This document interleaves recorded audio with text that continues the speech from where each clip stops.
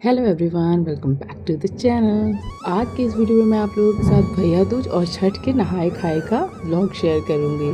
तो मैंने बहुत ज़्यादा कुछ व्लॉगिंग तो करी नहीं थी क्योंकि दिवाली की नाइट से ही मेरी तबीयत बिगड़ गई थी। वेदर चेंज की वजह से कोल्ड कफ वगैरह हो गया था, तो इस वजह से मैंने कुछ ज़्यादा शूट नहीं किया। बस भैया दूज की थोड़ी सी क्लिप मैंने ले ली ताकि मेमोरी रहे और बच्चों को भी याद रहे। और अब मेरी बेटी थोड़ा थोड़ा समझने लगी है, तो इसलिए ये सब रिचुअल वो खुद से बहुत इंटरेस्ट लेके करती है। तो हमारे यहाँ ऐसा कुछ भैया दूज होता नहीं है, लेकिन मैं जब मेरी बेटी हुई तब से मैं भैया दूज सेलिब्रेट करने लगी हूँ। भाई का तिलक वगैरह मैं करवाने लगी हूँ। 2000 years later. तो आज है छठ का नहाए खाए और मैं आ गई हूँ छठ से एक दिन पहले ही। मैं ससुराल आ गई थी, तो सुबह उठकर मैंने पहले क्लीनिंग के काम वगैरह किए। उसके बाद नहा धोकर मैं पूजा भी कर ली हूँ और हस्बैंड भी अपना नहा धोकर पूजा कर लिए हैं। अब वो भी चाय पी सकते हैं और मैं भी चाय बना सकती हूँ, क्योंकि इस पूजा में नहा कर ही कुछ भी किया जाता है। तो मैं आ गई हूँ चाय बनाने के लिए। इसके बाद हम लोग पहले चाय इंजॉय करेंगे, फिर मैं कुकिंग करूँगी।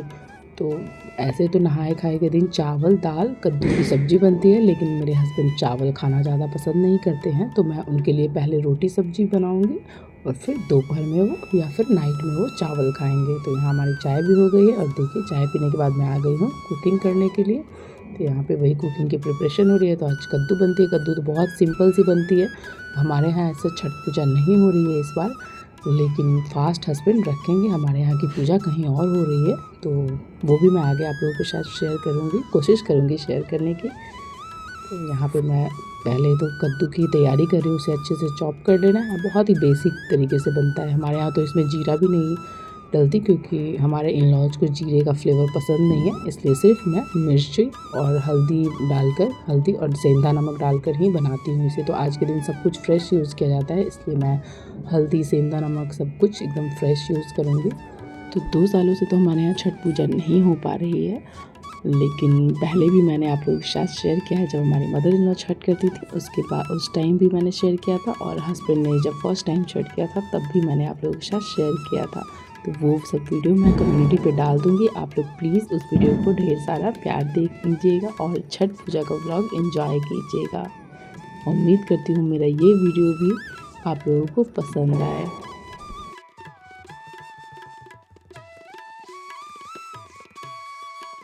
ये सब्ज़ी जो प्रसाद के लिए बन रही है, वो बनती तो बहुत ही सिंपल तरीके से है, लेकिन इसका टेस्ट प्रसाद की वजह से इतना ज़्यादा बढ़ जाता है। ये खाने में इतना अच्छा लगता है, सारे लोग बहुत अच्छे से इसे इंजॉय करते हैं।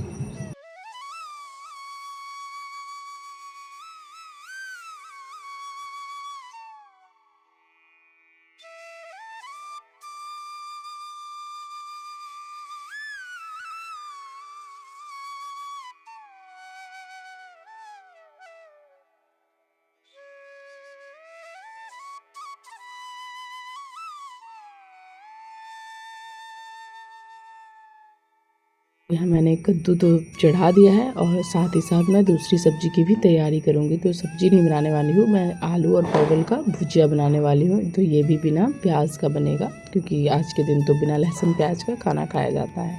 तो बहुत ही सिंपल तरीके से मैं आलू परवल को सिर्फ हल्दी और सेंधा नमक डालकर फ्राई करने वाली हूँ।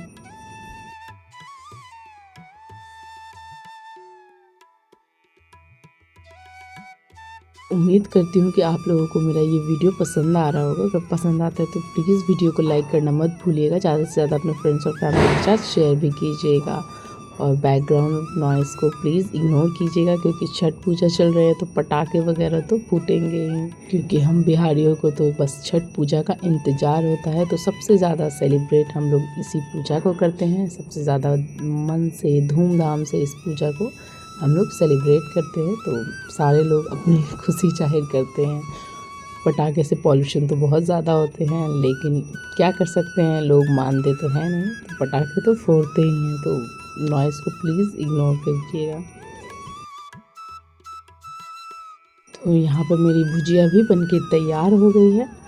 तो अब मैं जल्दी से गर्मा गर्म रोटी बना लूँगी और फिर हस्बैंड को उनका ब्रेकफास्ट दे दूँगी।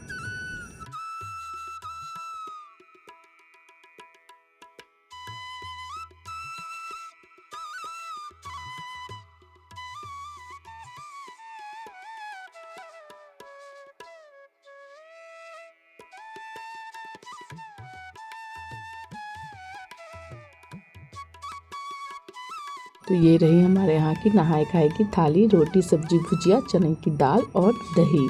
तो हस्बैंड को देने के बाद मैंने बच्चों को भी दे दिया था, बेटा भी अपना ब्रेकफास्ट एंजॉय कर रहा था, बेटी को भी मैंने खिला दिया। फिर उसे सुलाकर मैं भी अपना ब्रेकफास्ट करके मैं चली गई थी मार्केट, क्योंकि जो मैंने बोला कि मेरी छठ दूसरी जगह पे हो रही है, तो वहाँ के लिए मैं साड़ी खरीदने गई थी। तो मुजफ्फरपुर में एक चित्रलेखा मॉल खुली है जो काफ़ी मुझे पसंद आए।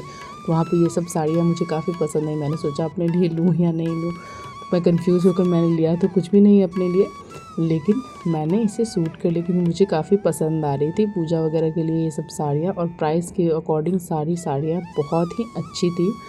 तो अगर आप लोग मुजफ्फरपुर में रहते हैं तो यहाँ ज़रूर विज़िट कीजिएगा। बहुत ही अच्छे कलेक्शंस है वहाँ पे, पार्टी वेयर से लेके हर तरह के वहाँ पे साड़ियाँ के बहुत अच्छे कलेक्शन है। और बॉयज़ के तो जो पार्टी वेयर शादी वगैरह के लिए जो कपड़े होते हैं वो सब भी वहाँ काफ़ी अच्छे प्राइस रेंज में मिल जाते हैं। मुझे अभी साड़ियाँ लेनी नहीं थी तो मैंने ज़्यादा कुछ निकलवा कर नहीं देखा, जो वहाँ पे निकली हुई साड़ियाँ थी या फिर जो सैंपल में लगी हुई साड़ियाँ थी वो सभी मैंने देखा, तो उसे मैंने रिकॉर्ड कर लिया। मुझे काफ़ी पसंद आई ये सब जो रेडीमेड ब्लाउज़ के साथ पार्टी वेयर साड़ियाँ आ रही थी। तो 4000 से इसकी प्राइसेस स्टार्ट थी और 16-17,000 तक की यहाँ पे लगी हुई थी। तो काफ़ी अच्छी साड़ियों का कलेक्शन है। अगर आपके घर में कोई शादी वगैरह है तो आप वहाँ ज़रूर जाओ, आपको कहीं और जाने की ज़रूरत ही नहीं पड़ेगी। यहीं पे आपको लहंगे साड़ी वगैरह सब कुछ अच्छे प्राइस रेंज में मिल जाएंगे, जैसा भी आपका बजट रहेगा उस रेंज में मिल जाएंगे। तो मुझे तो बहुत पसंद आई, तो मैं तो ज़रूर यहाँ से शॉपिंग करूँगी जब भी घर में शादी होगी। तो आप लोगों को कैसे लगे यहाँ के कलेक्शन कमेंट करके ज़रूर बताइएगा। और अगर आप लोग मुजफ्फरपुर से देख रहे हो और वहाँ पे विज़िट कर चुके हो तो ये भी कमेंट करके ज़रूर बताइएगा। तो मुझे तो बहुत अच्छे लगे, मैंने लहंगे वगैरह भी देखे, मेरे पास टाइम बहुत कम था, फिर भी मुझे इतने अच्छे कलेक्शन लगे कि मैं वहाँ जाकर देखने लग गई। और 1000 रुपीज़ में तो काफ़ी अच्छी साड़ियाँ दिख रही थी। 1000 रुपीज़ में पार्टी वेयर साड़ियाँ भी मिल जा रही थी। तो अगर आप लो बजट में भी देखना चाहते हैं तो भी आपको मिल जाएगी, अगर आप हायर बजट में भी जाना चाहते हैं तो भी आप वहाँ जाकर देख सकते हैं।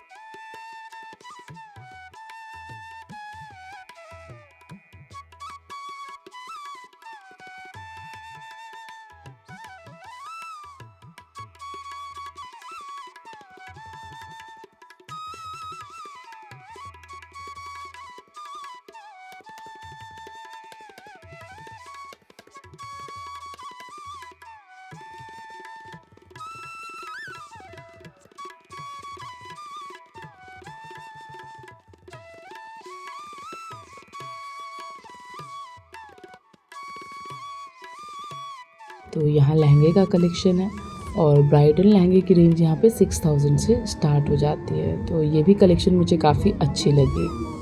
मैं तो फर्स्ट टाइम ही गई थी। तो मैंने बताया कि मेरी छठ दीदी के यहाँ हो रही है, यानी कि मेरी सिस्टर इन लॉ के यहाँ, तो उनके घर के बहुत ही पास पड़ता है। मेरे घर से भी पास है लेकिन उनके घर से तो बहुत ज़्यादा ही पास है।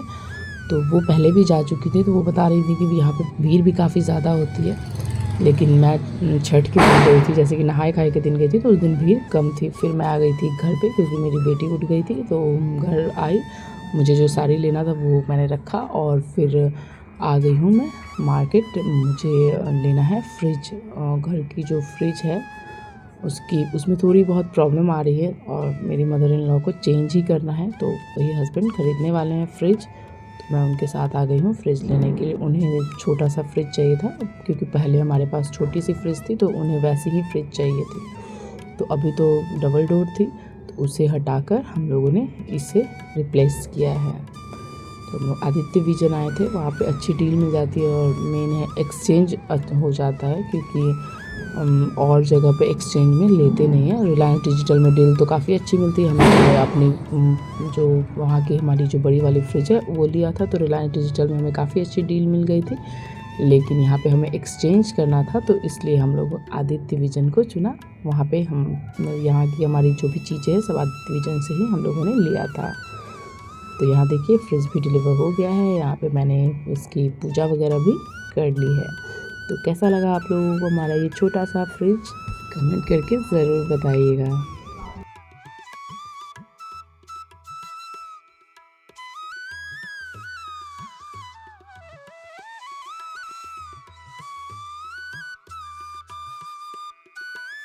तो इसके बाद मैंने ज़्यादा कुछ भी शूट नहीं किया था।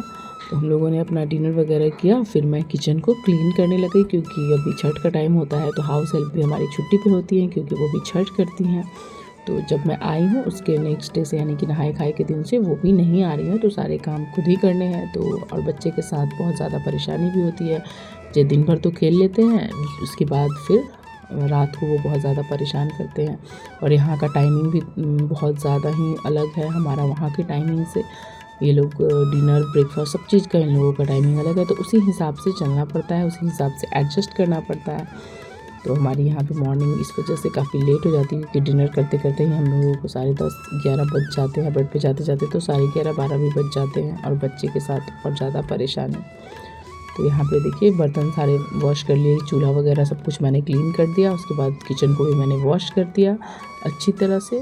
और अब इस वीडियो को मैं यहीं पे एंड करती हूँ। मिलते हैं नेक्स्ट वीडियो में। कुछ भी पसंद आया हो तो लाइक करना मत भूलिएगा, ज़्यादा से ज़्यादा अपने फ्रेंड्स और फैमिली के साथ शेयर कीजिएगा।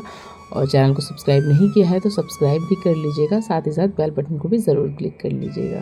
तब तक के लिए bye bye, take care, lots of love and thanks for watching.